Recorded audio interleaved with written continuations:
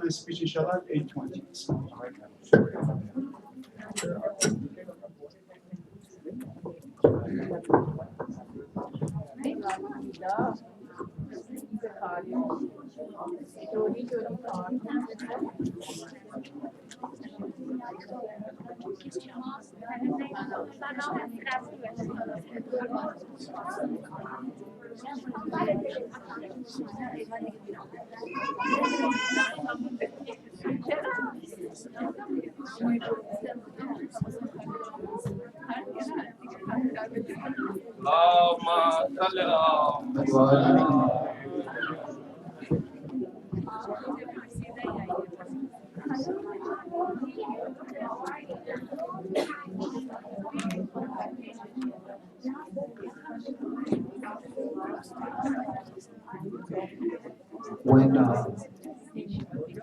When Imam Hussein was murdered, Imam Sajjad alayhi salam asked Ahmad Hussein to gather the women and children and get ready to leave Karbala. Then she looked around and she saw that there was no support anymore. Assalamu alaikum, sisters. Sisters, could you have your seat, please? So please, Sallu ala Nabi.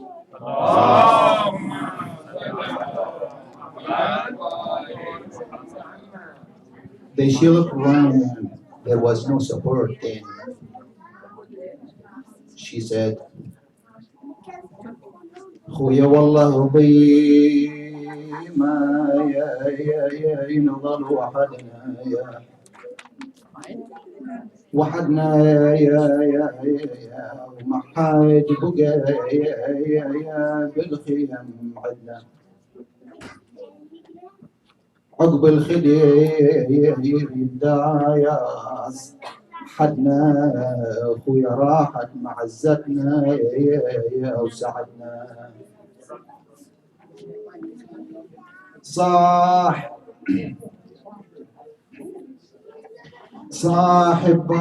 يا بالمخيم الحادي يلا للرجيب يا ودايع الهادي طلعت زينب وقامت تنادي بعدوب الرجيب احنا نتوزم يا خويا شلون الغروب يرجبونا يا وجدنا المصطفى وحيدر ابونا يبعدوا لا بعد تتقربونا يا عليكم قرب هاي الحرم يحرام لفت زين يا لعد ذيك المهازيل ترجب قامت أطفال ومقاديل ولما فرقت تعنيت للعليل قالت قوم رجبك يا مشيا قال لها وهو يلقف بالانفاس ركبي انتي وخليني ويا الناس دارت عينا وصاحت يا عباي يا ماس يا خويا انت يا خويا انت من اهلنا اللي كفلتنا وخذت منك بخت من ركبتني ليش بديرة الغربة عفتني بولية زجر وعلي يتحكم بلادين وحق من سيرة وراسه بلادي وفوع المشرع نايم، بلادي الدنيا خلافكم ظلت، بلادي يا مهد اظهر يا بن حميد حمية. صل على محمد. اللهم صل على محمد وآل محمد.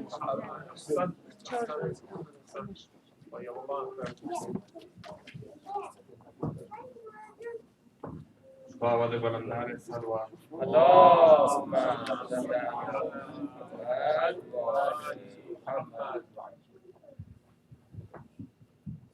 کربلا سے جو کبھی ہو کے ہوا آتی ہے، کسی معصوم کی ہچکی کی صدا آتی ہے، کربلا سے جو کبھی ماں سمجھتی ہے دلہن لاؤں گی، آیا ہے شباب، ماں سمجھتی ہے دلہن لاؤں گی، آیا ہے شباب، شہ سمجھتے ہیں کہ اکبر کی قضا آتی ہے، کربلا سے جو کبھی کون سوتا ہے کنارے تیرے عین ہے فراز، کون سوتا ہے کنارے تیرے عین ہے فراز، تیری مٹی سے ابھی بوئے وفا آتی ہے، کربلا سے جو کبھی کوئی بیمار نہ پڑھتا ہو تہجد کی نماز، کوئی بیمار نہ پڑھتا ہو تہجد کی نماز، رات کو بیڑیوں کی کیوں یہ صدا آتی ہے، کربلا سے جو کبھی ہاں دھڑکتا نہ ہو مقتل میں کہیں قلب رباب، ہاں دھڑکتا نہ ہو مقتل میں کہیں قلب رباب، علی اصغر علی اصغر کی صدا آتی ہے، کربلا سے جو کبھی جب کبھی زیادہ میں बीमार जो होता हूँ शहीद, जब कभी ज्यादा मैं बीमार जो होता हूँ शहीद, खुद ब खुद मेरे लिए खाके शिफा आती है। करबला से जो कभी हो के हवा आती है, किसी मासूम की हिचकी की सदा आती है। करबला से जो कभी बाबा ने बदलना है फरमान।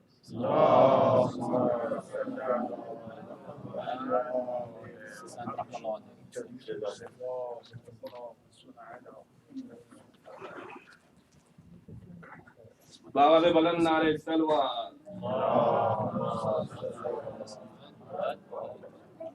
Assalamu alaikum. My name is Hassan Al-Sharifi, and I'm going to be reading about Na'af bin Hilal. Na'af bin Hilal. All of Imam Hussein's soldiers were brave. One of them, Na'af bin Hilal, was amongst the bravest soldier in Imam Hussein's army. He had carved his own name on the tip of every arrow he carried. On the day of Ashura, each time he released one of his arrows, he would say, "I throw the arrow whose tip tell my name." After all the arrows were used up, he fought with his sword. He killed 12 of the enemy soldiers. Finally, he was surrounded with his hands were cut off. He brought by Shimr to Umar bin Sa'ad, who said, "Whom unto you, O Na'af? Why did you not pity yourself?" Na'af replied, "Allah knows what I do. Not at all repent having fought against you. And if my hands were still with me, no one would have been able to offend me." Shimr said, "Ibn Sa'ad, kill him." Umar Sa'ad replied, "You brought him so you put his life to end?" As Shimr raised his sword to behead him, Na'af said, "By Allah, if you were a Muslim, you would have found it difficult to justify spilling our blood on the day of reckoning. But praise be to him. Our death is caused by the worst of his creatures." Shimr killed Na'af. Na'af is famous for his meaningful statement he said to Imam Hussein before he parted to go to the battlefield. He said, "We love those who love you, Hussein, and hate those who hate you, based on our determination, wisdom, and insight." Salawat. اللهم صل على محمد. Good job. MashaAllah. Very good. Assalamualaikum. My name is Ibrahim Asharifi. I'm reading about the third Imam Hussein ibn Ali alayhi salam. Second son of Fatima alayhi salam and Ali alayhi salam, Hussein alayhi salam was born on 3rd Shaban, 4th year of Hijri. When he was born, the Holy Prophet was given the news of birth of his second grandson. He arrived at the house of his daughter, took the little baby in his arms, said the azan and iqama in his ears. People around the Prophet saw tears in his eyes. Fatima asked what was the reason for this. He told her that this boy of hers will achieve martyrdom, but consoled her by adding that God will create a nation who will mourn Hussein till the day of judgment. Another famous saying of the Prophet at the same time became synonymous with the name of his grandson Hussein. Hussein minni wa ana min Hussein. Hussein is from me and I am from Hussein. One can explain this hadith that Hussein, being the grandson of the Prophet, was from him biologically. How a grandfather was from his grandson needs to be explained. Prophets of God speak spiritually rather than materially. He was talking about Islam. The deen was assigned by God to propagate God's religion. He was for Islam, and his whole life was for Islam and its establishment on earth. Any break in this mission would subvert this mission, which was the purpose of his creation. The message of the Holy Prophet in this saying was that Hussein will, in some near future, save the mission from destruction. Hence, the very purpose of his being will be saved by the certificate of sacrifice of his grandson. He was given the news of a future occurrence. Hussein stands against tyranny. Hussein had a choice to make. To endorse Yazid would no doubt mean a handsome reward and lack of luxury. To refuse would invariably lead to his own demise. What should he do? What would you or I do? For saying the choice between the easy thing and the right thing was no choice at all. Hussein refused. He said, I would never give Yazid my hand like a man who has been humiliated, nor will I feel like a slave. I have not risen to spread evil or to show off. I only desire to enjoy good values and prevent evil. So, اللهم صل على محمد وآل محمد. Very good.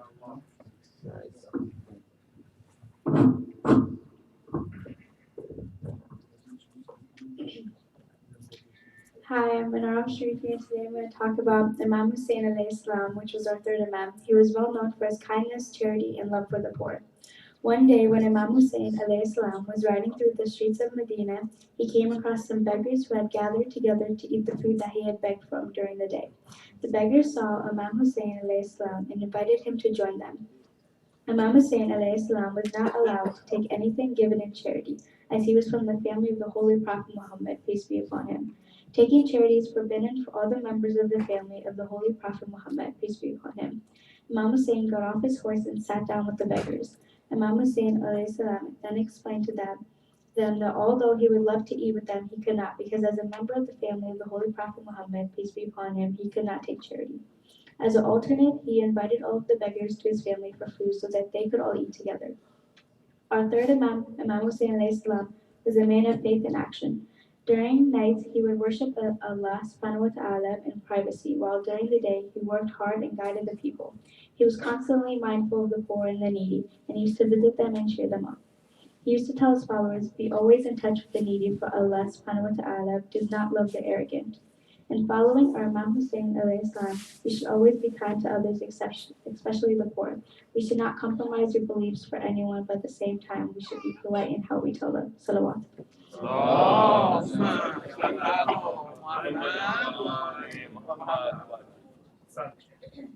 Good job.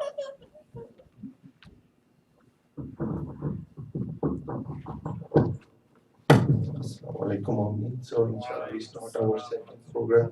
I will ask the kids to go downstairs where they are going to make Safinatul Najat. Imam Hussein is Safinatul Najat.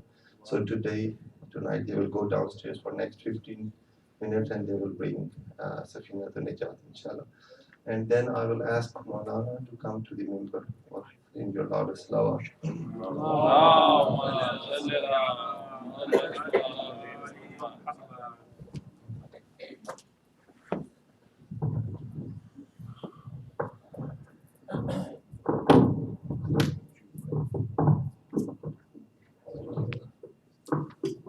صلوا على محمد وآل محمد. اللهم صل على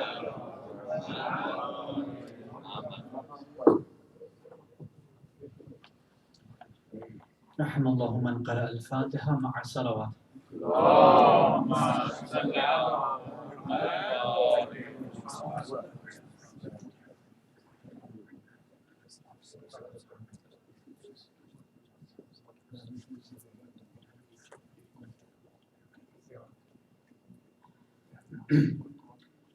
أعوذ بالله من الشيطان اللعين الرجيم بسم الله الرحمن الرحيم وبه نستعين لا حول ولا قوة إلا بالله العلي العظيم الحمد لله رب العالمين والصلاة والسلام على أشرف الأنبياء والمرسلين خاتم النبيين شفيع المذنبين رحمة للعالمين سيدنا ونبينا وحبيب قلوبنا وشفيع نفوسنا وطبيب ذنوبنا أبي القاسم المصطفى محمد اللهم صل على محمد وآل محمد.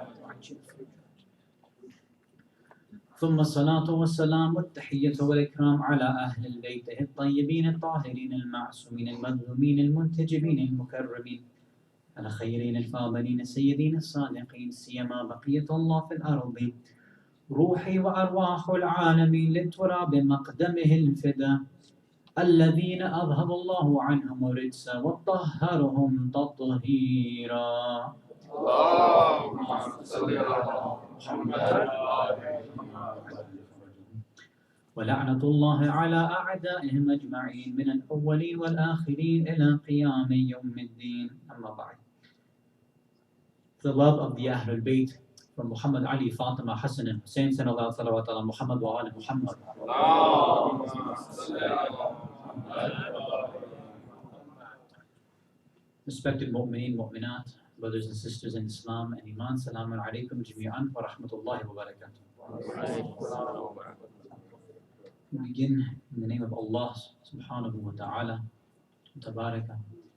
And we thank Him for this opportunity, night after night, to give our condolences to the Ahlul Bayt, to partake in this azah, to recite poetry, to beat our chests, to hear the story and the tragedy of Karbala over and over again, to give us a reminder about what Islam would have been had Imam Hussein alayhi salam not risen up, and what Islam is now because of his struggles and what he stood for.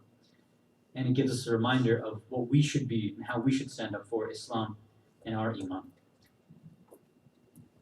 Before we continue our discussion, there's just a few kind of logistics points that I'd like to mention, inshallah, with your permission.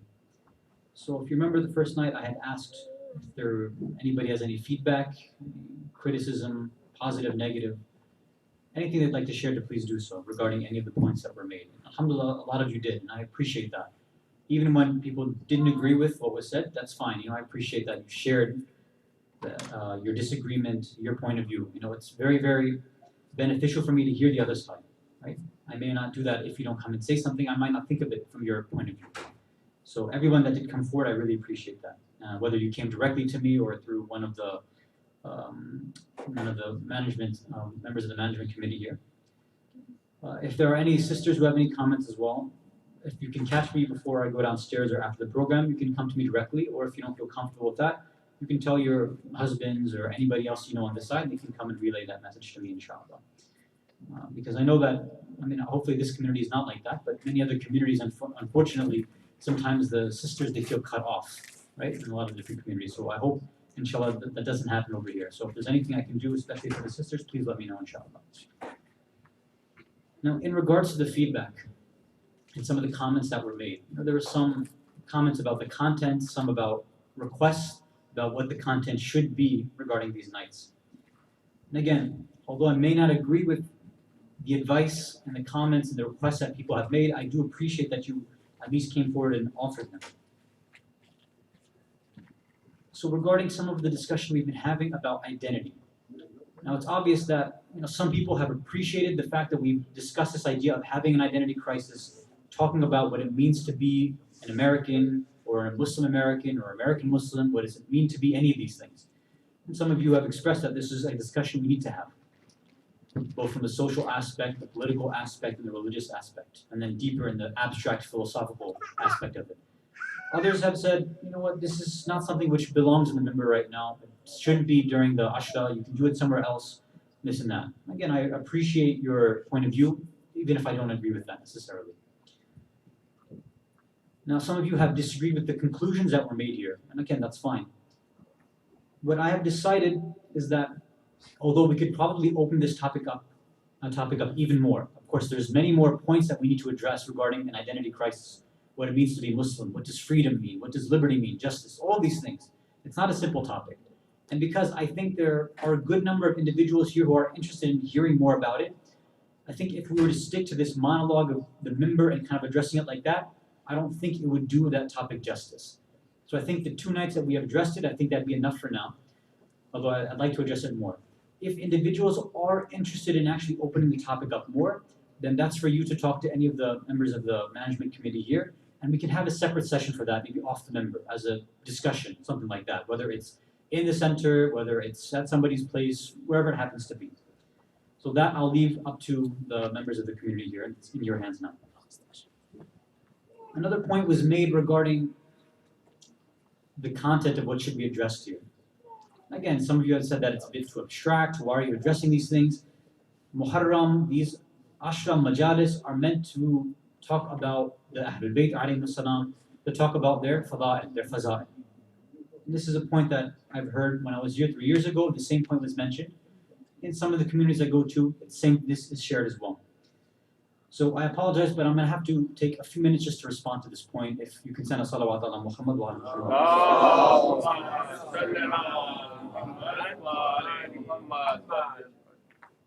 I mean no disrespect at all to anyone who has this opinion, not at all.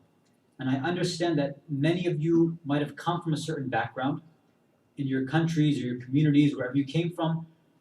The style, the culture of Majalis was that. It was fada'il, it was faza'il. Meaning you came, you heard about basically history, you heard certain characteristics about the Ahlul Bayt, they were reiterated to you, and that was it. That was defined as a majlis. Meaning there was no, for example, dars. There was nothing to be learned. There was no points about akhlaq. It was just history, tariq, fada'il of Ahlul Bayt, and that's it. And then the musibah, and that's it. That's what was the definition for some of us for our majalis. Now, of course, there's a discussion about the history about majalis. What was majalis during the time of the A'immah alayhi salam? How was it transformed and evolved to what we have now? That's a separate discussion. Again, we can have that if people are interested. But I want to leave that aside for now. What do we do at this present time? Now, we have a lot of, you're all educated individuals, you're all wise individuals. I just want to bring a few points to your attention. Again, I don't mean any disrespect by what I say, and I hope I don't offend anybody by what I'm about to say. If somebody were to come to you, let's say you're a doctor, for example, right? We have many doctors in this community. Someone comes to you, right? They have, let's say, a heart pain, right? We have cardiologists here. I have a heart murmur, I have a heart palpitation, I come to you, right? Okay, I'm having this issue. Now, what should happen? Now, you as the doctor are going to say, okay, you check the heartbeat, you check some other things, you ask some questions, etc., you do your research. Then you say, okay, here's my prescription, this is what I feel like you should take. As a doctor, this is my advice. If now I, as the patient, respond, say, I don't like that. I don't like what medication you're offering. I don't like a prescription. I think I'm going to go have an energy drink. I think that's how I'm going to solve my heart problems. Obviously, it sounds ridiculous, but think about it the other way now. Again, I'm not a scholar, I'm just a student of Islam. But understand my perspective here. I come to a community, I see that there's certain issues in communities, so to the best of my ability, based on the analysis that I've done, I'm trying to offer solutions for that community. Now, if somebody's going to respond and say, no, these are the solutions we think we need, again, it's kind of like the doctor example. I can understand you might think you understand the remedy that you need. But given whatever little I've studied, the advice that I've taken from the ulama, this is the conclusion that I've come to. And we'll have to respectfully agree to disagree at that point. Imam Khomeini, rahmatullah alayhi, has said that we have physical doctors who are there for your body. We also have spiritual doctors who are there for your soul. These are the ulama. I've done my best to seek advice from them about what we need to do. What does this member represent? And what should be done in this ashra? What should be done in Muharram? What should be talked about? For anyone who wants to know what our maraji, our grand ulama, what do they say about the wazifa, what's the duty of a mukhatib, what's the duty of a muballigh when they sit on this member, you can check, for example, Ayatul Sistani, hafadhahullah, may Allah protect him and give him a long life, in all of our maraji. I'm sure many of you are in his taqleed, and we all, of course, would respect him in all of our maraji. for this Muharram, 1438, he's given a list of, I believe, 8 to 11 points, if I'm not mistaken. It's in both English and in Arabic. You can check his website, sistani.org, and it's listed there for you. And for the English, I believe it's on najaf.org, if I'm not mistaken. Again, I don't want to go through all the points, but just highlighting a point that he's made and other grand ulama, for example, as like Ayatollah Nasir Makarim Shirazi, may Allah protect him as well, and many of our other ulama. When this point about fada'il and fazilat and issues about Shiism, specific Shiism comes up, they say, listen, there's thawab and ajr, etc. Those are fine. But what the member, what the muballighin, their duty is to reform the communities. Their duty is to address the issues which are prevalent in the communities, which are affecting us right now. Yes, we have a history. Yes, we know about Saqifa. We know about all of these things. They happen and they have to be addressed. But is Muharram the time to address that or not? Another analogy for you. Okay, let's forget the medical analogy. Let's say some of you are in more of the academic field, let's say in a certain science. Let's say mathematics, for example, right? I think one of the members of the community that I remember was a professor of mathematics. Imagine you get together for some annual conference where the greatest minds in mathematics get together, right? All the PhDs and all the researchers.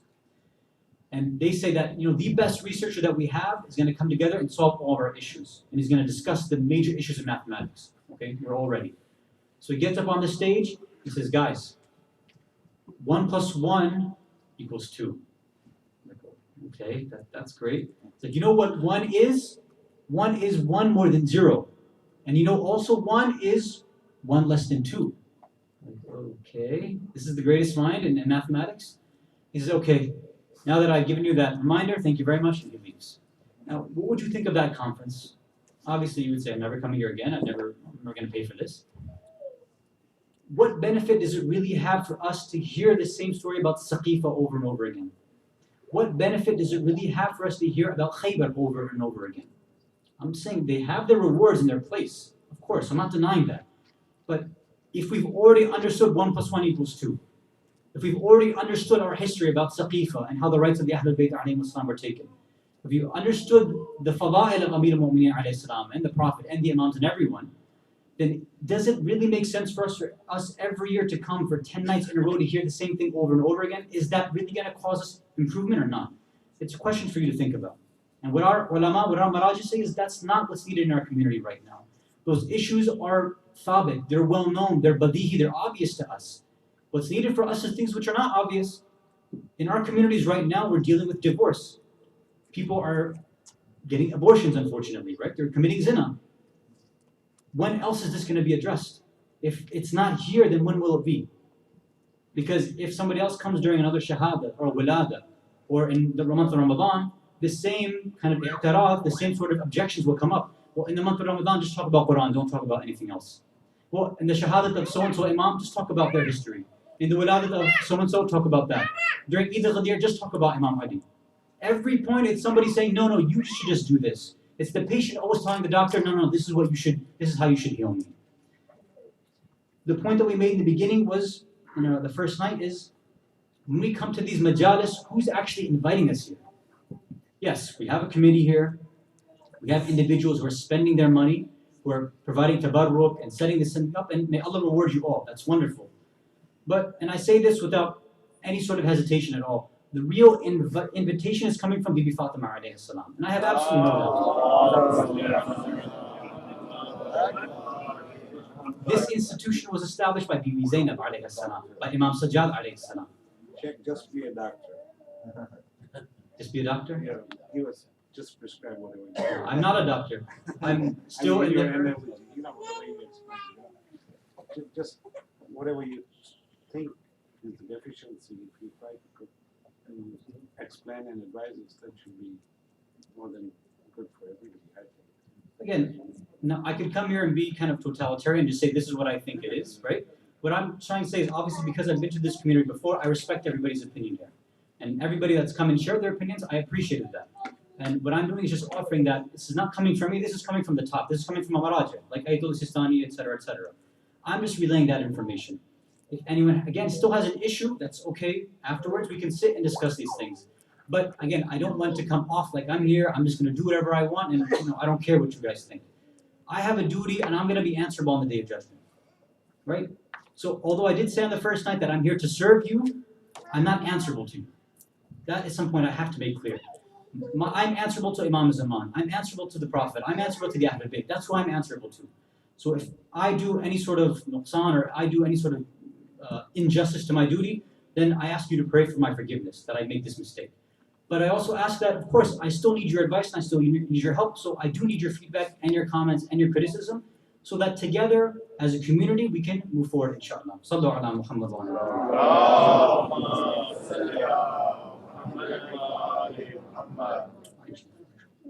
Dudu bhai, if everybody was like you, then we wouldn't have to do this stuff. Sometimes this kind of logistic stuff is necessary, Okay. So I apologize for that. Call it a rant, if you will, like a Facebook rant, I guess, but it had to be done. I had to say it. So forgive me. I didn't mean to offend anybody or to get anybody upset. I just had to say what I thought about it and I thought it needed to be said. Sallu ala Muhammad wa ala Muhammad.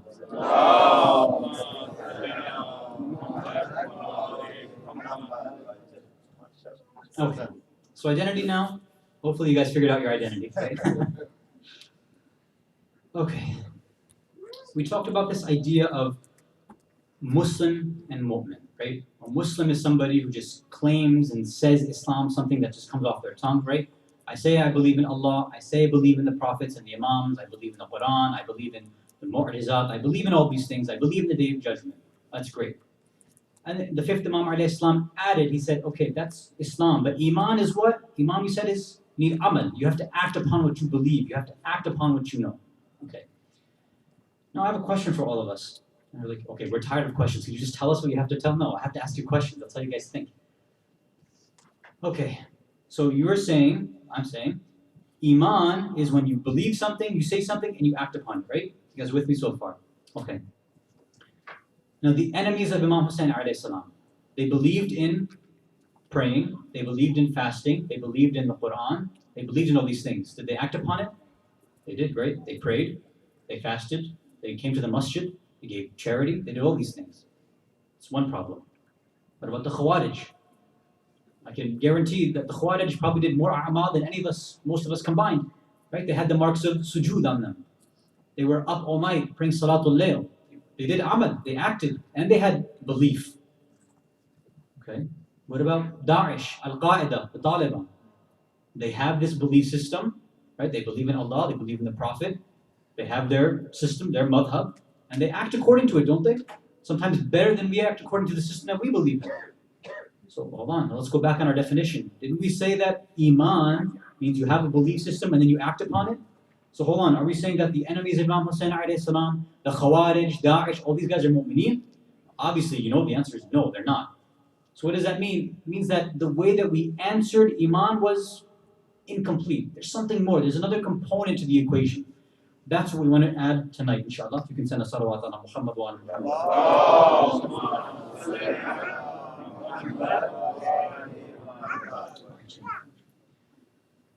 So, in life we have all these different categories that we come across, right? So many of us right now, we might be students, right?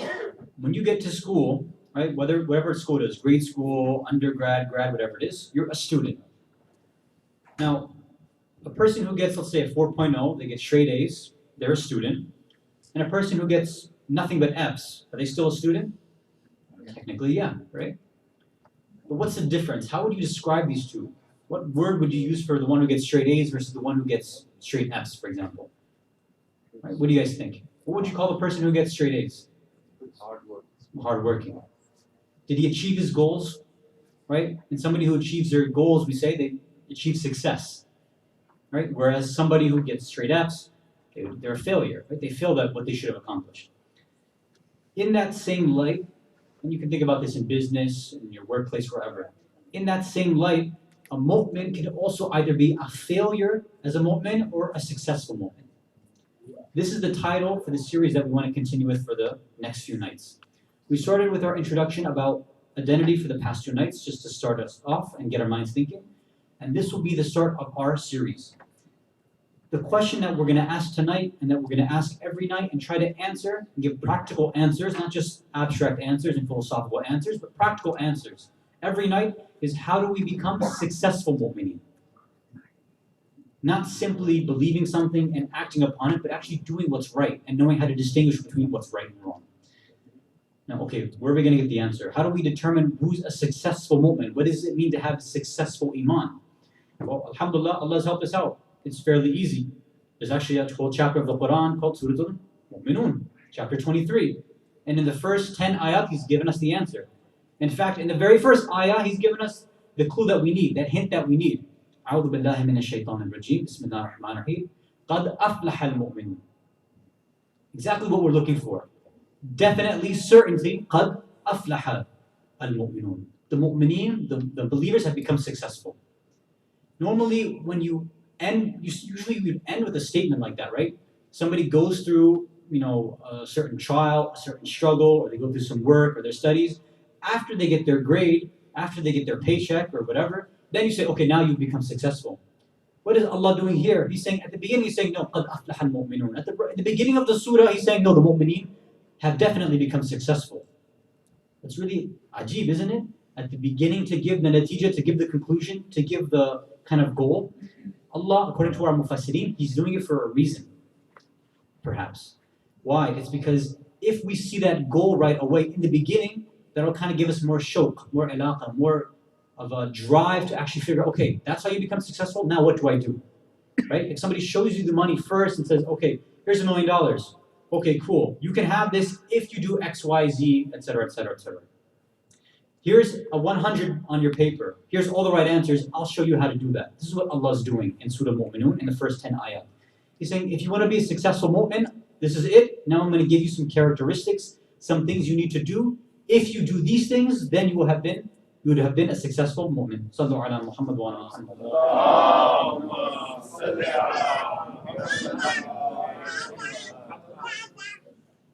So this importance upon acting upon these 10 verses will be the subject of our discussion for the next, 8 to 9, maybe 10 nights that we have together.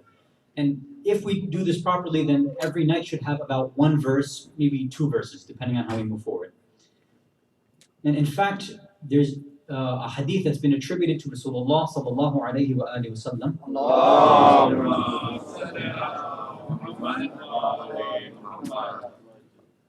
It says, لَقَدْ أُنزِلَتْ عَلَيَّ 10 آيَاتٍ مَنْ أَقَامَهُنَّ دَخَلَ الْجَنَّةِ. What does this hadith say? It says that there's been 10 verses which have been sent to me, which whoever does iqama of them, and it's a keyword we're going to come back to, whoever does iqama, whoever establishes them, دَخَلَ الْجَنَّةِ. You're going to heaven.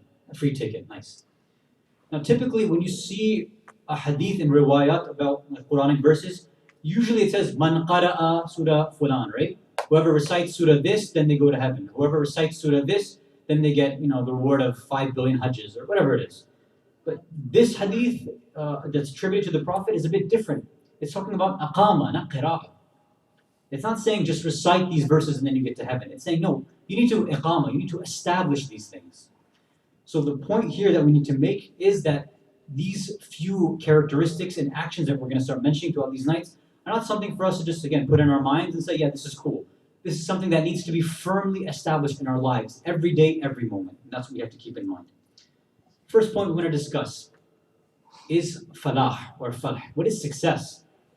Success might mean something to all of us, but as we had said on the first night, that we have to be very clear about what we mean about words, what we mean about concepts. What's our definition of success? So let's take a look at first what the Quran says. The Quran defines success in different ways. Falah or success in different forms comes about 40 times in the Quran, if I'm not mistaken. 11 of these times, right before the word of falah or muflihun or yuflihun or tuflihun, comes la'allakum. Now for those who know Arabic, they know la'alla means perhaps, maybe it'll happen. Like la'allakum tuflihun. If you do X, Y, Z, maybe you'll be successful. One example from Surah Nur, chapter 24, verse 31. أعوذ بالله من الشيطان الرجيم. وَتُوبُوا إِلَى اللَّهِ جَمِيعًا أَيُّهَا الْمُؤْمِنُونَ لَعَلَّكُمْ تُفْلِحُونَ. What is he saying? وَتُوبُوا إِلَى اللَّهِ جَمِيعًا. All of you do tawbah, right? Repent. Say sorry for what you've done and stop doing those things you shouldn't have been doing. أَيُّهَا الْمُؤْمِنُونَ. See, Allah's, again, even in this verse talking to mu'mineen specifically. Those who have iman, have faith, do tawbah. All of you. But then he puts a qayd, he puts a little shart here. He says, لَعَلَّكُمْ تُفْلِحُونَ. Maybe you'll be successful. What is that saying? That you could do tawbah as a mu'min, and it's possible you might not be successful. That's what the la'alla means over here, according to our mufassirin. Well, that's a problem. We're trying to find certain success, right? We want 100% satisfaction guaranteed, right? Money back guaranteed. That's what we want. We want Jannah, nothing less. Okay? Well, we're in luck. There are 3 times in the Quran where Allah puts qad before falah, before success. One time we've already mentioned in Surah Mu'minun, قَدْ أَفْلَحَ الْمُؤْمِنُونَ. You'll definitely become successful. And there's 2 other times in the Quran He does this, and you guys should be aware of this if you're Ahlul Quran. One is Surah Ash-Shams, chapter 91, verse 9. قَدْ أَفْلَحَ مَنْ زَكَّاهَا. And also in Surah Al-A'la, chapter 87, verse 14. قَدْ أَفْلَحَ مَنْ تَزَكَّى. Right? So that's 2 times. What's the key word over here? It's talking about tazkiyah. It's talking about perfecting yourself and purifying yourself. This is also going to be a central concept that we're going to be discussing. So what we have so far, Allah is telling us, according to these verses, what our mufassirin are saying is, if you want to have successful iman, definitely, not perhaps, not 99%, 100% definite success in your iman, you need to have purification. You need to do tazkiyah of your nafs, purify yourself, your identity, understand what that is. And these 10 qualities which we're going to mention in Surah Al-Mu'minun. So this is the central theme that we're going to discuss, inshallah. You can send a salawat ala Muhammad wa ala.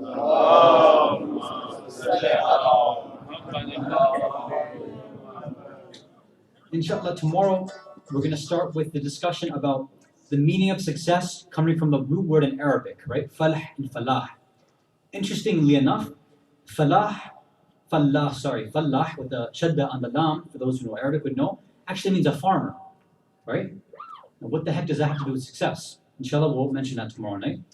In addition, we're going to discuss this idea of falah, somebody who's a farmer.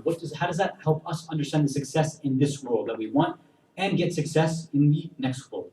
And then we'll make our connection and see how does this have to help us and how will this connect us to being somebody who's successful in order that they can be the ones who are just like the ashab of Imam Hussein alayhi salam. Because those are the ones who were definitely successful, right? From the qawl of the Imam himself that my Sahaba were better than the Prophet's Sahaba. That's what our goal and vision is. We want to be just like those individuals. Sallu ala Muhammad wa ala Muhammad.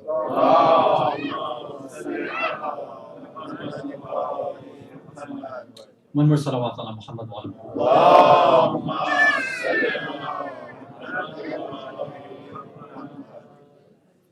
الثالث على حب أهل البيت.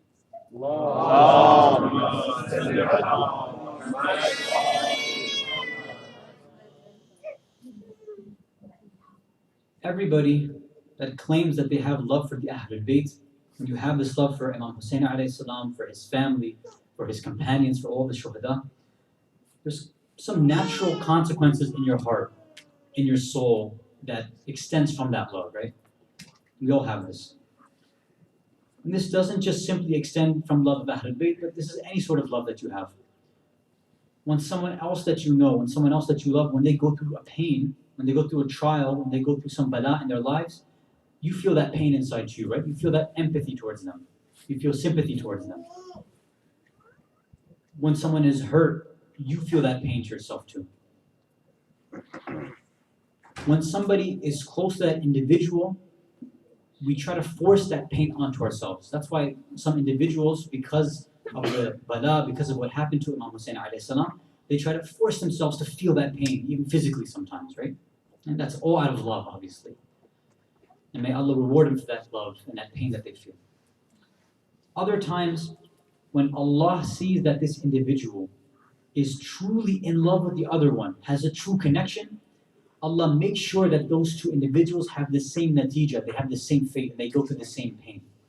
He puts them through the same trials. Why? So that even when they're apart, they go through that same trial, that same bala, that same gham, the same, everything is the same for them. They're truly connected, even when they're not physically together. Imagine, how happy do we get when we're invited somewhere, right? Someone calls you up, somebody tells you, they invite you to their house. They say, you know what, I want to have you over, I want to take care of you. Come over to our house for dinner, bring your family, bring everyone. So you tell your family, you get excited, somebody that you love, you admire. You get ready, You try to leave earlier, you get there, you're all happy, you're ready to see your friend, this person that you admire and that you love so much that you want to build that connection with. You knock on their door, and they look at you and they turn to you and they said, who invited you? Who told you to come here? What kind of pain would that put in your heart? What kind of stab, what kind of jab would that be into your heart? Somebody you adored, somebody that you thought you had a connection with, told you, get out of my face. Who told you you could come here? Now put yourself in the shoes, if you can, of Muslim ibn Aqil, alayhi salam. Yes, his shahada doesn't follow within the ashra, but I feel like it's an injustice if he's not mentioned within these 10 nights. Because he deserves that, because he has that connection with Imam Hussein alayhi salam. He was specifically chosen. Imagine, wouldn't you have loved to have been picked specifically by any of the Aimma to do any sort of duty, let alone be a messenger, let alone be a researcher to go find out if something was true in a community? I mean, I don't know about you. Even if the Imam at the time told me to get him a glass of water, I would be happy and I'd be thrilled just to do that. Imagine what kind of connection Imam Hussein and Muslim ibn Aqil have. Muslim ibn Aqil, the Ahlul Bayt, they were invited to Kufa. Muslim ibn Aqil was expecting this. He comes in and people were showering him with support initially. And then what happens? You see that because of a lack of identity, our central theme here, people go back on their word. Although they believe in the cause of the Ahlul Bayt, they claim that they have that love in their heart. What do? They turn their backs at the last second. Simply saying that you love Ahlul Bayt, even acting upon that love, sometimes is not enough. That extra step forward, which distinguishes between a true muhib, a true Shia, is when the going gets tough, when things get tough, when you have to sacrifice yourself, your family, your life, your blood, your health, your wealth, everything. Are we willing to do that or not? Muslim was willing to do that. Unfortunately, some of the people of Kufa were not willing to do that because of the fear that Ibn Ziyad la'anatullahi alayhi put in their hearts, because of the weakness sometimes of the people in their household, whether it was their wives or their children or the other members of the household. Husbands came back because their wives would complain, why are you going out to die? There's other people who are protecting Muslim. You don't need to do that. You can come home. Remember what we had said last night. Do we have spouses? Are we married to people that are going to invite us towards the path of Imam Zaman? Or will they say when the Imam, his dhuhr happens, will they come and say, listen, there's plenty of Shias who can go help the Imam. You stay home. You have to work. You have to bring home food. You have to bring home your paycheck. I need to be taken care of. You have to take care of the kids. You have to do this and that. Or will they be the ones who say, no, the Imam's in danger, the son of Fatima's in danger, you need to go out and fight? What kind of household do we have? Something for us to think about. This is the tragedy of Muslim ibn Aqil, but it's also the reward of Muslim ibn Aqil. In the same way that he was denied, that he was turned back away, is the same way that Imam Hussein alayhi salam was turned back away as well. This is the connection that the two have. The same bala, the same tragedy is what they faced. We all know the story. Muslim ibn Aqil, after getting all the support, after being in masjid, leading the prayers then with, they say, some narrations say he was with 30 individuals. As he continues the prayer, one by one the people leave him and they abandon him for the safety of their lives. When he finally turns back around, he sees that there's only maybe 10 people left with him for Jama'ah. He says, now let's move towards the palace of Ibn Ziyad and let's rise up against him. As they start moving throughout the streets, one by one, people leave behind Muslim ibn Aqil's back. After a certain point, he turns around and he sees that there's nobody left with him. He's all alone in the streets of Kufa. He's not from Kufa. He's all alone. He's a ghareeb. This is not his place. Can you imagine if you were invited to another place?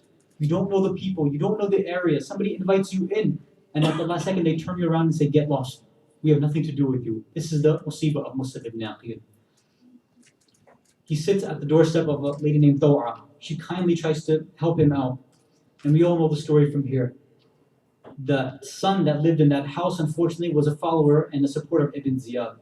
When he found out that Muslim ibn Aqil was in that house, he told Ibn Ziyad.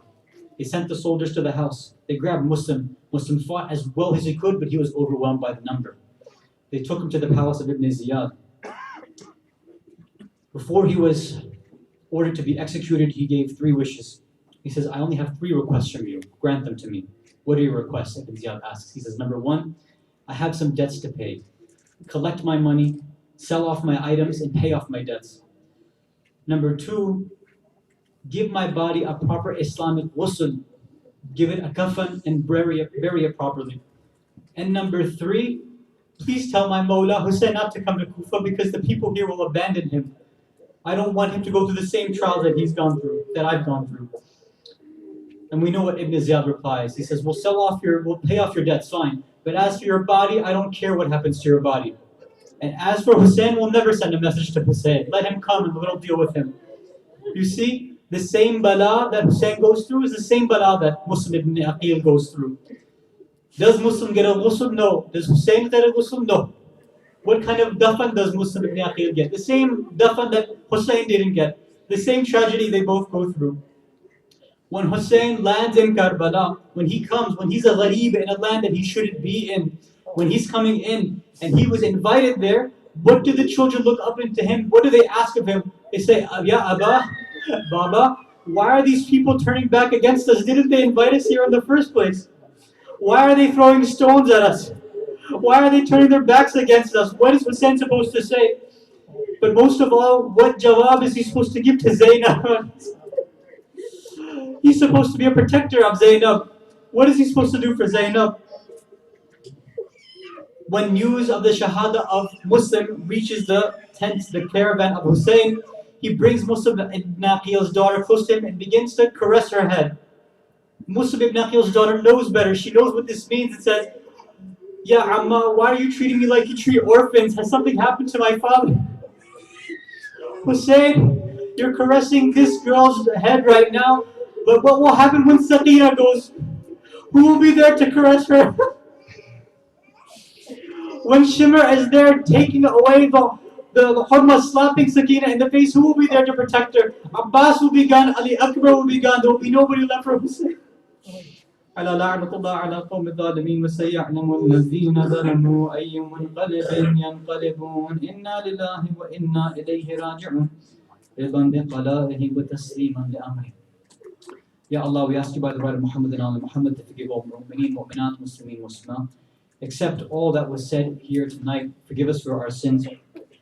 Accept this azah, accept the poetry that we recite, the matam that we perform, accept the tabarruk, the niyaz, everything that we do in the way, with ikhlas, with sincerity for the cause and the message of Imam Hussein alayhi salam. Help us establish our true Muslim, mu'min, Husseini identity so that we can be the companions of the Imam of the time. وآخر دعوانا الحمد لله رب العالمين وصلى الله على محمد وعلى آله الكريم مع حسين.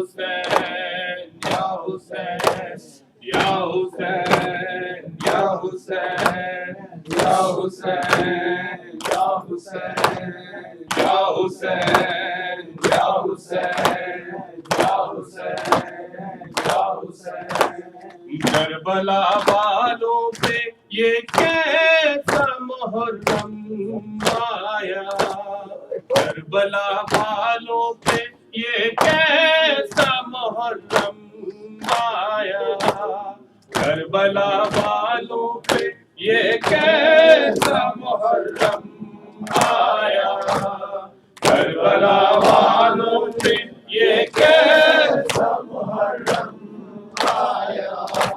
टूट पकता हुआ आवाज का परचम आया, करबला वालों पे ये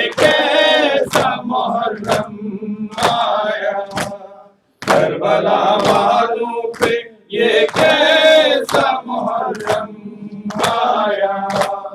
جیسے جیسے میرے غازی کا علم جھکتا گیا، جیسے جیسے میرے غازی کا علم جھکتا گیا، عشق میں حضرت شبیر کے بھی خم آیا. ٹوٹ پکتا ہوا آباد کا پرچم آیا.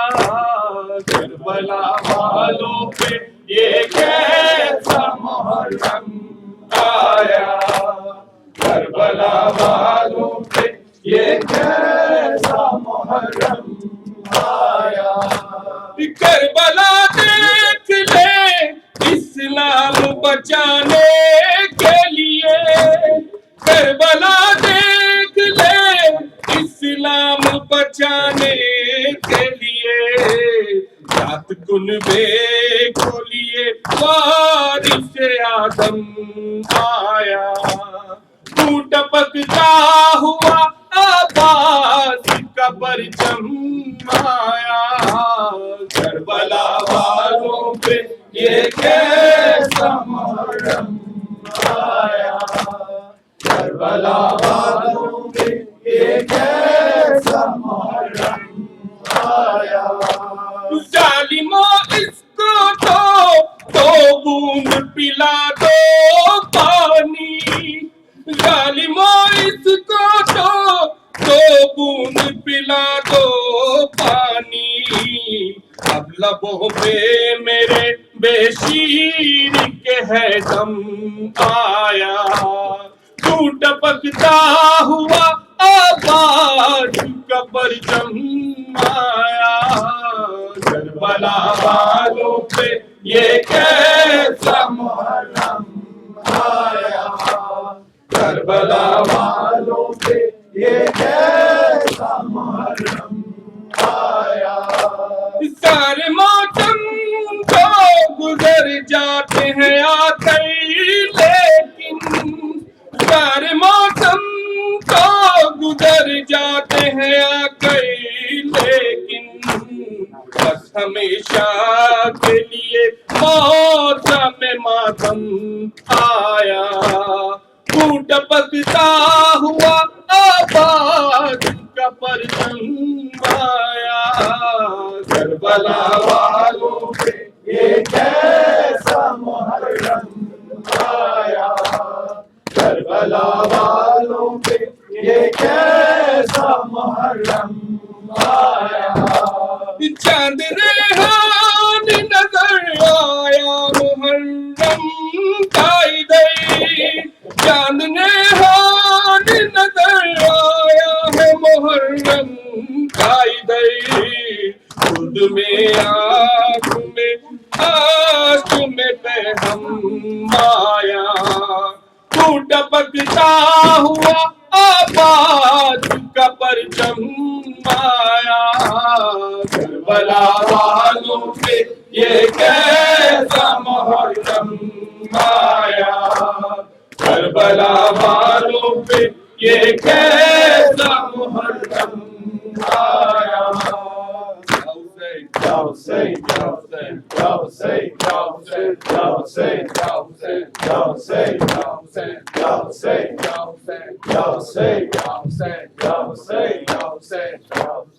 بأبي أنت وأمي يا أبا عبد الله. بأبي أنت وأمي يا أبا عبد الله.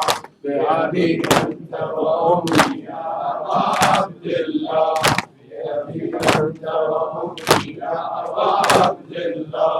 ماهمينو يا حسين، ماهمينو يا حسين، آیه حضرت الله میگوید حسین، یار میگوید حسین، دلدار میگوید حسین، در مدینه احمد مختار میگوید حسین.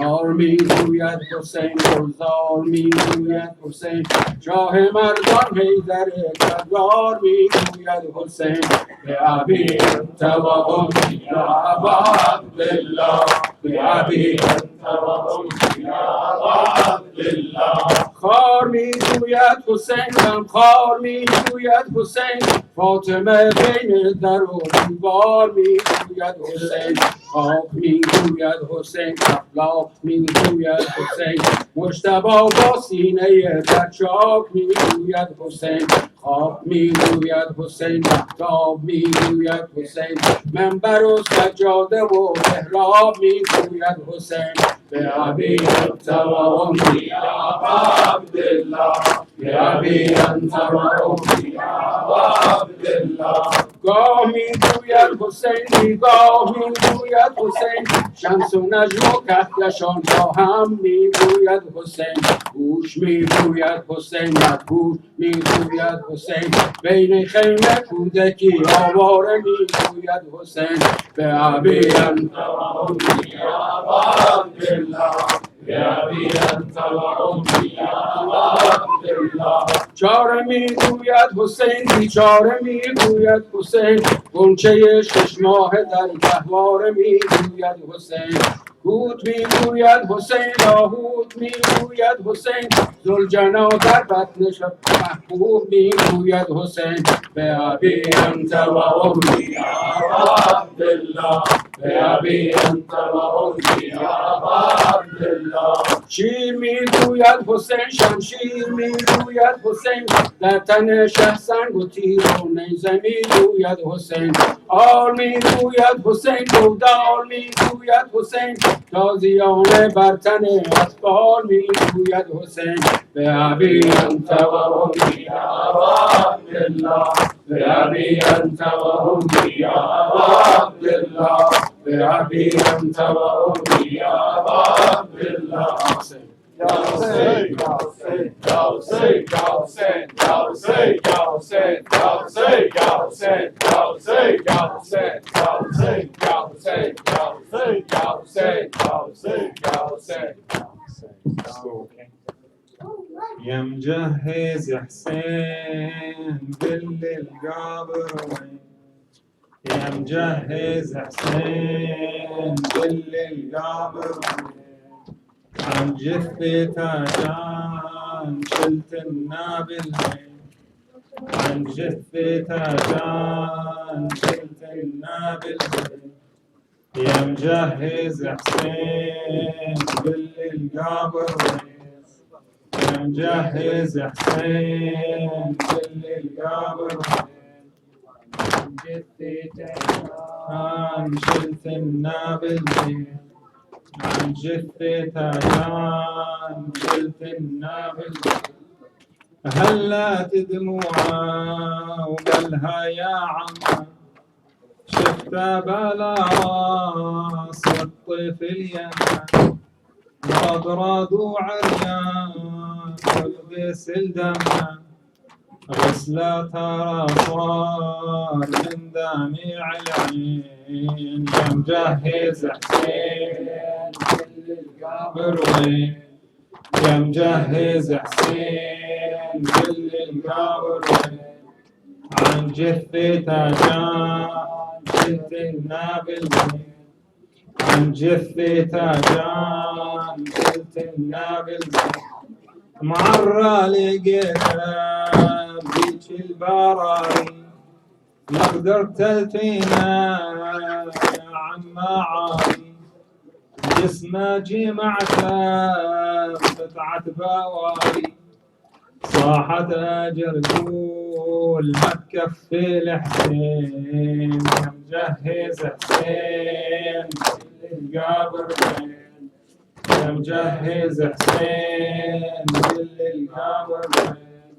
عن جثته جان شلت النابل وين عن جثته جان شلت النابل لكن يا سداد عمك وصلته يوم الشريعة وجسمه رفعته قالها يا عمه ذي فانسى لكن بلا راس عزك ولدين يا مجهز حسين القبر وين يا مجهز حسين القبر وين والمثي تجان شلت النبي صاحت يا سجاد اللي يا الأكبر شلتا يا عمان واهيج الغر كل هذه فانسى وقلبي طيف الطار وقبر الولد صار عند رجلين حسين يا مجهز حسين كل القبر يا مجهز حسين كل القبر من جثي تجان شلت النابلتين وجاسم يا عمان ما قدرت اشوفه وجاسم يا عمان ما قدرت اشوفه والله في جعلي عاين شفوفه ذكرني طول عشرة زلوفه وكلهم بلاروس 30 شديد كلهم بلاروس 30 شديد يا مجهز حسين كل القبر وين يا مجهز حسين كل القبر وين عن جثتي تجان شلت النابل زين يا حسين يا حسين يا حسين يا حسين يا حسين يا حسين يا حسين بسم الله الرحمن الرحيم. السلام عليك يا مولاي يا أبا عبد الله. السلام عليك وعلى الأرواح التي حلت بفنائك وأنا أخذت برحلك. عليك مني سلام الله أبدا ما بقيت وبقي الليل والنهار. لا جعله الله آخر العهد مني لزيارتكم. السلام على الحسين وعلى علي بن الحسين وعلى أولاد الحسين وعلى أصحاب الحسين. السلام عليك يا مولاي يا غريب الغرباء ويا معين الضعفاء والفقراء. السلطان أبا الحسن علي بن موسى الرضا كن شفيعنا وشفيع والدينا في يوم الجزاء. السلام عليك يا مولاي يا صاحب الزمان. الأمان الأمان الأمان من فتنة الزمان. السلام عليك يا شريك القرآن يا قاطع البرهان يا إمام الإنس والجان ويا خليفة الرحمن. عجل الله تعالى فرجك وسهل مخرجك وجعلنا من أنصارك وأعوانك. والسلام عليك وعلى آبائك الطيبين الطاهرين وعلى أمك فاطمة الزهراء سيدة نساء العالمين. والسلام عليكم جميعا ورحمة الله وبركاته.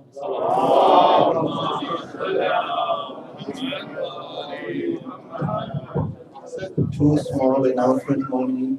So if you look at the Tabarruk schedule, on 7th and 8th of Moharram we have some openings. So if you want to participate in that, take sawab, you can even donate money and we can order sandwiches. So 7th and 8th Moharram, Sunday and Monday. Secondly, for the if you want to collect some clothes, you have good clothes or coats, you can bring them here. Inshallah, we will give it to them in the end. But somebody's Honda account has a light on, So, but Muhammad wa Ali Muhammad Salawat.